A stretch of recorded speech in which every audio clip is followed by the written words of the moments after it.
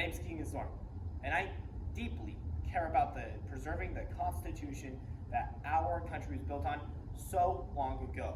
Which is why I find it very important to preserve the fundamental rights that our founding fathers preserved and protected us to make sure that we can live in a great life in a great country. My name is Keagan, and I love my country.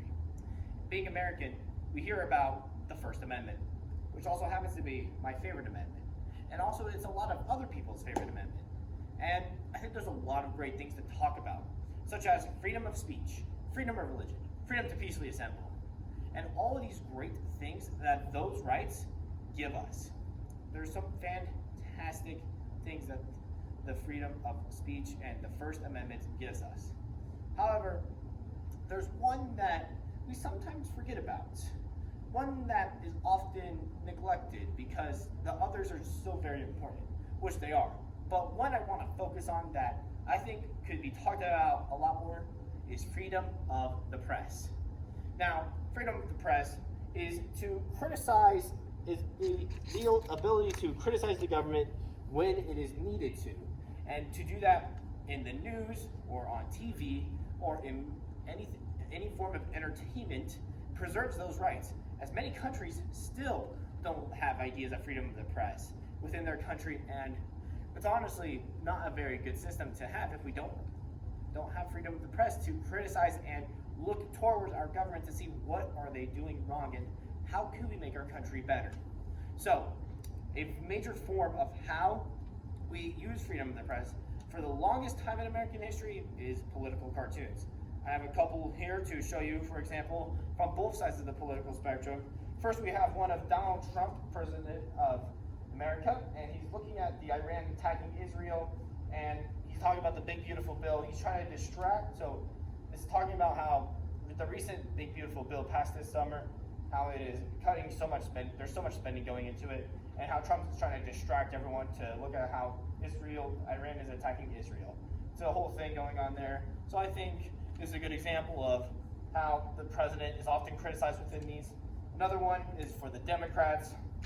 They also commentate people within political parties and political parties themselves, which is something that is rare to see in other countries, as this is how we got. So as we can see, Biden, this is during the 2024 election, the split sides of the Democratic Party with Biden wanting to quit and people staying with Joe, and Joe Biden saying typical Democrat stuff.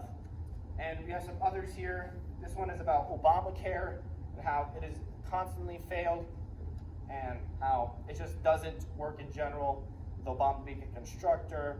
So all of these cartoons relate back to the idea that we need to criticize our government, and often in a comedic way, so then we can get more people to understand the issues that does happen in our country often, even if you don't think they are problems or not problems. This final one, however, is one that I want to talk about.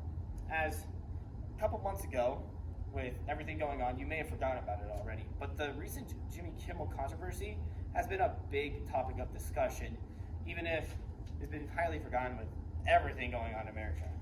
So this cartoon here talks about nobody ridicules the king.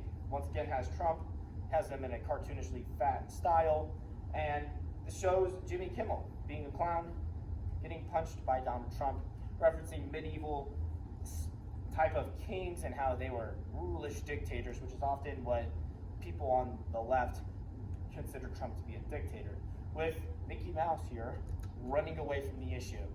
So let's talk about it to get some more context to what that means. Well, back in September, Jimmy Kimmel made a joke about Charlie Kirk. And whether you agree or disagree that the joke was funny or bad, the government wasn't happy. And they decided they wanted to cut the funding of Disney away, so then Disney would feel pressured to cancel Jimmy Kimmel, which Disney then did. This, however, the most interesting part about this story isn't the corrupt government. That's obvious. Everyone knows that happens. But what I find most interesting is that almost 200,000 subscribers from Disney Plus decided to cancel as their way of protesting against this blatant abuse of the First Amendment, which I find fantastic. Many say that this modern era, they don't fight back. But as we've been seeing, we do fight back. We preserve our First Amendment so often that it is ridiculous how often we do it. I mean, it is fantastic to see it. And this is a major example of this, as it caved Disney to change their mind and put Jimmy Kimmel back to the air, which I find to be a bit of a good story in the end, as the big corporation had a lot of bad press put on them. They had to confront their problems and come to a compromise and fought against the government because of the people. And that's what makes America so great. The people decide what is good or bad for our country, and they decide by either voting or protesting, which I think is something in America we really need to look forward to. So that's why I needed to talk about the freedom of the press, and why, well, right now, this is freedom of the press. My video here, I talk about good and bad things about the government.